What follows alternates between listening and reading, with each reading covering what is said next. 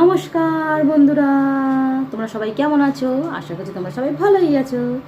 নতুন একটা video shoot করব বলে ক্যামেরাটা অন করেছি। কি শ্যুট করব?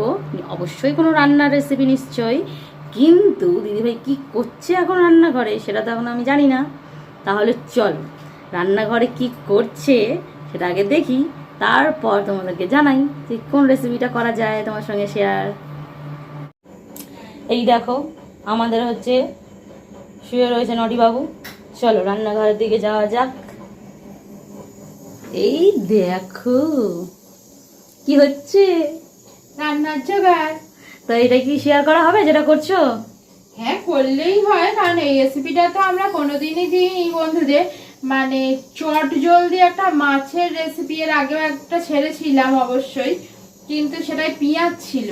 এটাই পেঁয়াজ রসুন ছাড়া রুই মাছ দিয়ে কত তাড়াতাড়ি একটা টেস্টি ঝোল বানানো যায় তারই রেসিপি আজকে। ও তাহলে দেখা যাক। ওহো, এখানে সব এখন মানে রান্নাটা করার জন্য তার হচ্ছে জোগাড়যন্ত্র চলছে। হ্যাঁ, কারি পাতা দিয়ে হবে। ও তাহলে তো খুব সুন্দর একটা রেসিপি আসতে চলেছে বন্ধুরা। তাহলে চলো তোমাদেরকে ভালোভাবে দেখাবো যে কি কি লাগবে আর কি কিভাবে করতে হবে। বন্ধুরা, তোমাদের তো রেসিপি দেবই আমি, কিন্তু তার আগে তোমাদের সকলকে আমাদের স্বাদের ঝুলিতে আরো একবার অনেক অনেক স্বাগত।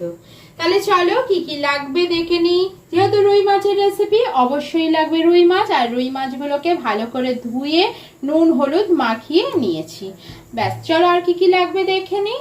ফোড়নের জন্য লাগবে কালো জিরে, আর লাগবে কারি পাতা। আর কারি পাতাটাই হচ্ছে এই রান্নার আসল উপকরণ, কারণ এর গন্ধটাই পুরো রান্নাটায় ভরপুর থাকবে। সঙ্গে লাগবে চেরা কাঁচা লঙ্কা, আদা বাটা আর টমেটো কুচি। আর গুঁড়ো মশলার মধ্যে লাগবে হলুদ গুঁড়ো। আর যারা মানে দিতে চাও লঙ্কা গুঁড়ো তারা দেবে, কিন্তু আমি যেহেতু লঙ্কা গুঁড়ো দিই না তাই ওটা স্কিপ করব। তোমরা চাইলে অবশ্যই কিন্তু লঙ্কা গুঁড়ো দেবে, তখন কাঁচা লঙ্কার পরিমাণটা একটু কমিয়ে দেবে। তাহলে চলো রান্নাটা শুরু করা যাক। তাহলে বন্ধুরা চলো প্রথমেই মাছগুলোকে ভেজে নেব। তেলটা গরম হয়ে গেছে, এবার এই তেলেই মাছগুলোকে ছেড়ে দেব।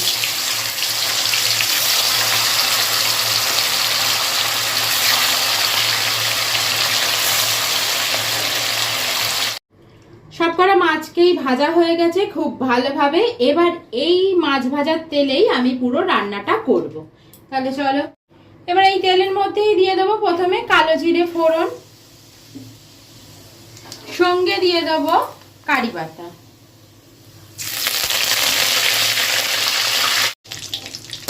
এবার ফোড়নটাকে একটু ভেজে নেব। এই সময় কিন্তু ফোড়ন থেকে একটা খুব সুন্দর গন্ধ বেরোচ্ছে, কারণ কারি পাতার একটা আলাদাই সুন্দর গন্ধ থাকে, সেটাই বেরোচ্ছে। এবার ফোড়নটার মধ্যে দিয়ে দেব আদা বাটা আর চেরা কাঁচা লঙ্কা। গন্ধটা বেরোচ্ছে কি বেরোচ্ছে না আমাকে জিজ্ঞাসা করো? গন্ধটা শোকার জন্য আমি আসি, খাওয়ার জন্যও আমি আসি।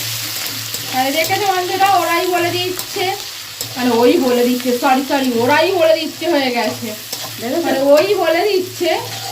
কারণ সারাদিন এত কথা বলে যে একজন কথা বলছে কি অনেকজন কথা বলছে আমি হিসেব করে পাই না। ভাবো তাহলে। আদা আর কাঁচা লঙ্কাটাকে খুব ভালোভাবে ভাজা হয়ে গেছে। এবার এর মধ্যে মিশিয়ে দেবো হলুদ গুঁড়ো, দিয়ে দেবো সামান্য জল। আর আগেই বলেছি তোমরা চাইলে কিন্তু এখানে লঙ্কার গুঁড়োর ব্যবহার অবশ্যই করতে পারো, আমি করব না তাই দিলাম না। সব মশলাগুলো ভালো করে কষানো হয়ে গেছে। এবার এর মধ্যে দিয়ে দেবো টমেটো কুচি, দিয়ে দেবো সামান্য পরিমাণ নুন, যাতে টমেটোটা ভালো করে গলে যায়।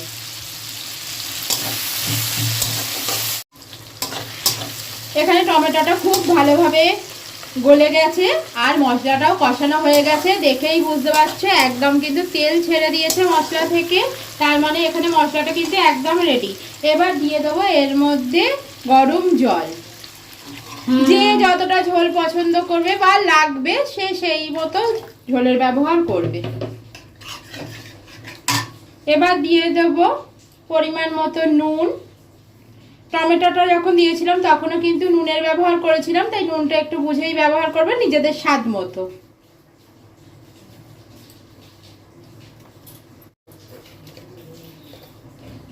দিয়ে দেবো খুব সামান্য চিনি, নুনের স্বাদটা ব্যালেন্স করবার জন্য।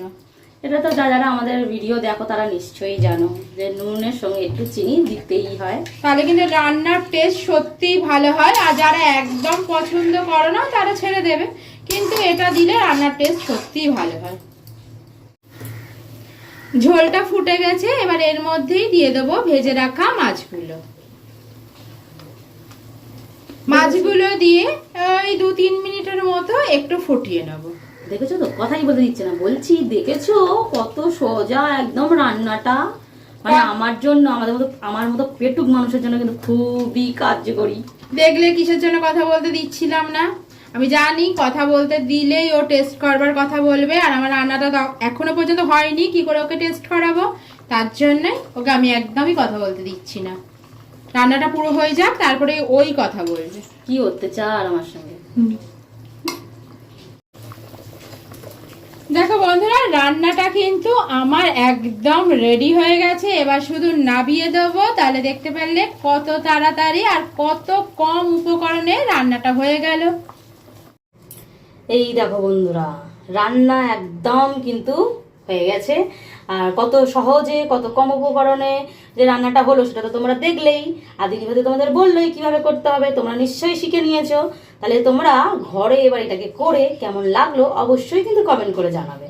আর আমাদের একটা করে লাইক করে দেবে, একটা করে শেয়ার করে দেবে, আর চ্যানেলটাকে সাবস্ক্রাইব করতে গেলে একদম ভুলবে না। তাহলে ভিডিওটা এখানেই শেষ করছি, দেখা হবে অন্য কোনো ভিডিওর সঙ্গে। এখনকার মতো টাটা।